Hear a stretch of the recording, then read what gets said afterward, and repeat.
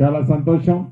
మీ దీవెనలతో వచ్చిన ఈ ప్రజా ప్రభుత్వం 2 సంవత్సరాలు 4 నెలలు పూర్తి చేసుకొని 5వ నెలలో నడుస్తున్నాం. ఆనాడు పేదోడి ప్రభుత్వం కావాలని మీ అందరి కష్ట ఫలితంగా ఈ ప్రభుత్వం ఈనాడు పేదవాడికి అండదండలుగా ధైర్యంగా స్థైర్యాన్ని ఇస్తూ గౌరవ ముఖ్యమంత్రి రేవంత్ రెడ్డి గారి నాయకత్వంలోని ఈ ప్రభుత్వం ఈనాడు ముందుకు నడుస్తుంది. ప్రభుత్వం వచ్చిన మొదటి రోజుల నుంచి అధికారులే ప్రజల దగ్గరికి వెళ్ళాలి, ప్రజా ప్రతినిధులే ప్రజల దగ్గరికి వెళ్ళాలని ప్రభుత్వం వచ్చిన మొదటి కొద్ది రోజుల్లోనే ప్రతి గ్రామ పంచాయతీకి అధికారులందరినీ పంపించి మీ కష్టాలు మీ బాధలు ఏంది అని పేపర్ మీద తెలుసుకొని పేదవాళ్ళకి ఏ ప్రభుత్వం అయితే కావాలని కోరుకొని తెచ్చుకొని నచ్చిన ప్రభుత్వం ఆ పేదవాళ్ళకి సంక్షేమ కార్యక్రమాలు అభివృద్ధి కార్యక్రమాలు ఈనాడు ఇస్తా ఉంది. అదేవిధంగా ఈ సంవత్సరం ప్రజాపాలన ప్రగతి బాట అనే కార్యక్రమం ద్వారా 99 రోజులు ఈ కార్యక్రమాన్ని నిర్వహించాలని, దాంట్లో భాగంగా మన పాలేరు నియోజకవర్గంలోని 4 మండలాలు ఒక మున్సిపాలిటీలో మొత్తం 13 క్లస్టర్లు చేసి ఈనాడు మన ఊళ్ళో 12 గ్రామ పంచాయతీల్లో కలిపి ఒక క్లస్టర్ గా ఏర్పాటు చేసుకొని ఈ క్లస్టర్ కు సంబంధించిన అన్ని గ్రామ పంచాయతీల నుంచి సర్పంచుల సమక్షంలో ప్రజలకు ఏవైతే ఇబ్బందులు కష్టాలు వ్యక్తిగతంగా గాని పబ్లిక్ అందరికీ సంబంధించిన విషయాలు గాని వాటిని పరిష్కరించే దిశలో ఉదయం కూసుమంచి మండలంలో నాయకనగూడలో ఏర్పాటు చేసుకున్నాం. ఇది 4వ క్లస్టర్ మీటింగు. తప్పకుండా దీనివల్ల ఏదో అప్లికేషన్ ఇచ్చాం, నేను తీసుకున్నాను, అది అధికారులకు ఇచ్చాను, అయిపోయింది అని అనకుండా ఈ టేబుల్ మీద కూర్చొని పరిష్కారం అయ్యే సమస్యలను ఇక్కడే పరిష్కరిస్తూ వారం రోజుల్లో పరిష్కారం అయ్యే సమస్యలను పరిష్కరిస్తూ దీర్ఘకాలంగా పెండింగ్ ఉన్న అనేక సమస్యలు 3 నెలలు మ్యాక్సిమం టైం తీసుకొని ప్రతి అప్లికేషన్ కి న్యాయబద్ధంగా చేయగలిగిన ప్రతి అప్లికేషన్ ని పాజిటివ్ గా పరిష్కారం చేసే దిశగా అధికారులకు ఆదేశాలు ఇచ్చి ఆ దిశలో ఈనాడు ఈ సభలు మనం నిర్వహించుకుంటున్నాం. ప్రజా దర్బార్ సభలు. దీంట్లో భాగంగా రాష్ట్ర వ్యాప్తంగా కూడా 10 ఉమ్మడి జిల్లాల్లో నిన్న లేదు మొన్న 2 ఉమ్మడి జిల్లాలకు సంబంధించిన ప్రజా ప్రతినిధులు రాష్ట్ర స్థాయి అధికారులు ఆ జిల్లాలో ఉండే కలెక్టర్లతో సమావేశాలు ఏర్పాటు చేసుకొని నా శాఖకు సంబంధించిన అన్ని సమస్యలని 1 to 1 ప్రతి విషయాన్ని మైన్యూట్ గా చర్చించి వాటిని కూడా పరిష్కరించే దిశగా ఈనాడు మీ శాసనసభ్యుడిగా ఆ కార్యక్రమాన్ని కూడా చేపట్టడం జరిగింది. మీకు చెప్పదలుచుకున్నది ఒకటే, ఇది మీరు కోరుకొని నచ్చి తెచ్చుకున్న ప్రభుత్వం, ఇది మీకు అండగా ఉండే ప్రభుత్వం. 10 సంవత్సరాలు ఏనాడు కూడా పేదవాడి కష్టాలు తెలుసుకోవడానికి ఏ గ్రామానికి రాని ఆనాటి ప్రజా ప్రతినిధులు మంత్రులు ముఖ్యమంత్రులు ఈనాడు ఎటువంటి అవాక్కులు చవాకులు పెడుతున్నారో మీకు తెలియంది కాదు.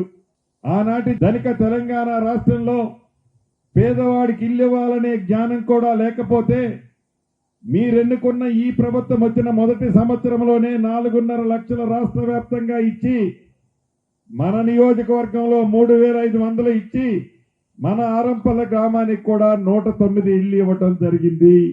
ఈ రూరల్ మండలంలోని 12 గ్రామ పంచాయతీల్లో సుమారు 386 కోట్ల రూపాయలు వివిధ అభివృద్ధికి సంబంధించిన అంశాలకి మనం వచ్చిన ఈ 2 సంవత్సరాలు 4 నెలలలో ఖర్చు పెట్టామన్న సంగతి కూడా ముమ్మాటికి నిజం.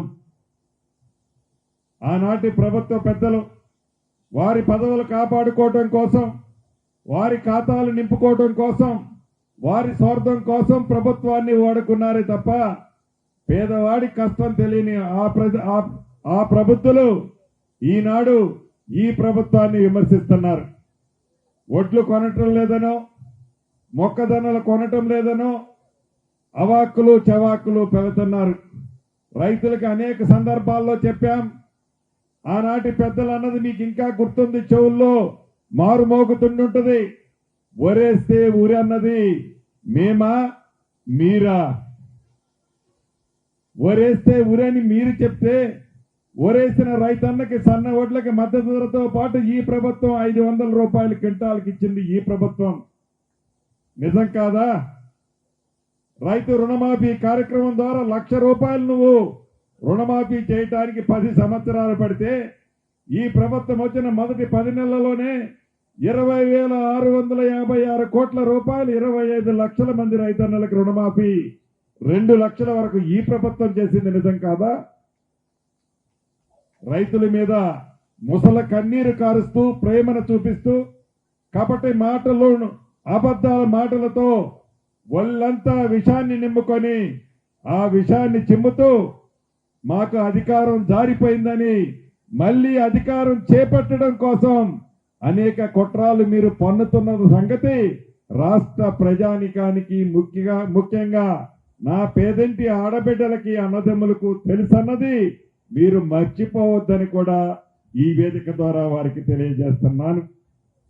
చివరగా మీకు చెప్పదలుచుకున్నది ఒక్కటి, ఈ ప్రభుత్వం చిత్తశుద్ధితో మొదటి విడత ఇందిరమ్మ ఇల్లు ఇచ్చాం. ఆ ఇచ్చిన ఇందిరమ్మ ఇల్లు చూసి గ్రామంలో మిగతా పెద్దవాళ్ళందరూ పేదవాళ్ళందరూ ఇల్లు కట్టించాలనే తాపత్రయంతో ఇంతకు ముందు జరిగిన 3 సభల్లో కూడా ఇందిరమ్మ ఇల్లు కావాలని ఎక్కువ మంది అడుగుతున్నారు. ఇందాక మిత్రులు జగదీష్ గారు కూడా చెప్పారు, 109 ఇచ్చాము ఈ ఊరికి, అయినా నాకు రెండో విడత ఇంకో 40 కావాలని అడుగుతున్నారు మిత్రులు. అంటే ఈ ప్రభుత్వం ఇల్లు ఇవ్వటమే కాకుండా ప్రతి సోమవారం నాడు టెన్షన్ గా వారు కట్టిన ఇంటి లెవెల్ను బట్టి డైరెక్ట్ గా రూపాయి లంచం లేకుండా వారి ఖాతాలో జమ చేస్తుందని పూర్తి నమ్మకం వారికి ఉంది. కాబట్టి ఈనాడు ఇళ్ల పట్ల రాష్ట్ర వ్యాప్తంగా ప్రజానికానికి అంత మక్కువ ఉంది. ఇక రెండో అప్లికేషన్లో ఆనాడు ధరణి అనే ఒక భయంకర భూతంతో రైతన్నలు భూములున్న ఆసాములు ఇబ్బంది పడితే ప్రతి కుటుంబానికి ప్రతి రైతన్నకి చుట్టంలా ఉండే భూభారతను తీసుకొచ్చి అనేక సమస్యలు పరిష్కరించాం.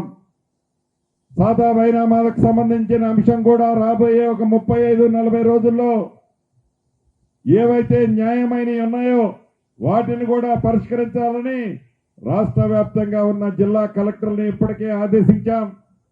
మన నియోజకవర్గంలో కూడా సమస్యలు సుమారు 20% ఇప్పటి వరకే వస్తున్నాయి.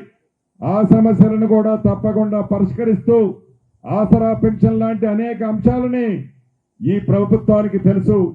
పేదోడి కష్టమేంటో, పేదోడి బాధ ఏంటో, ఆ పేదోడికి అండగా లేకపోతే ఎవరు ఆదుకుంటారో ఈ ప్రభుత్వానికి తెలుసు.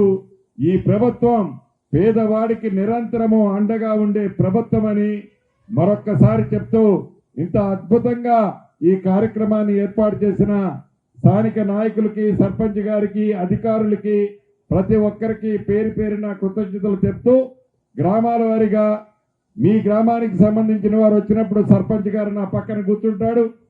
ఆ సంబంధించిన గ్రామస్తులు వచ్చి మీరు పిటిషన్లు ఇస్తే ఆ శాఖ అధికారులకు ఇచ్చి వాటిని ఇక్కడ పరిష్కరించే వాటిని ఇక్కడే పరిష్కరిస్తాం. 4-5 రోజుల్లో పరిష్కరించే వాటిని పరిష్కరిస్తాం. చివరికి 3 నెలల లోపు ప్రతి సమస్యకి ఒక మార్గం కనుక్కుంటామని తెలుపుకుంటూ అందరికీ ఎంతమంది వచ్చినా రాత్రి 9 అయినా 10 అయినా నేనే స్వయంగా మీ అందరి అప్లికేషన్లు తీసుకుంటానని తెలుపుతూ మీ అందరి దగ్గర సెలవు తీసుకుంటున్నాను.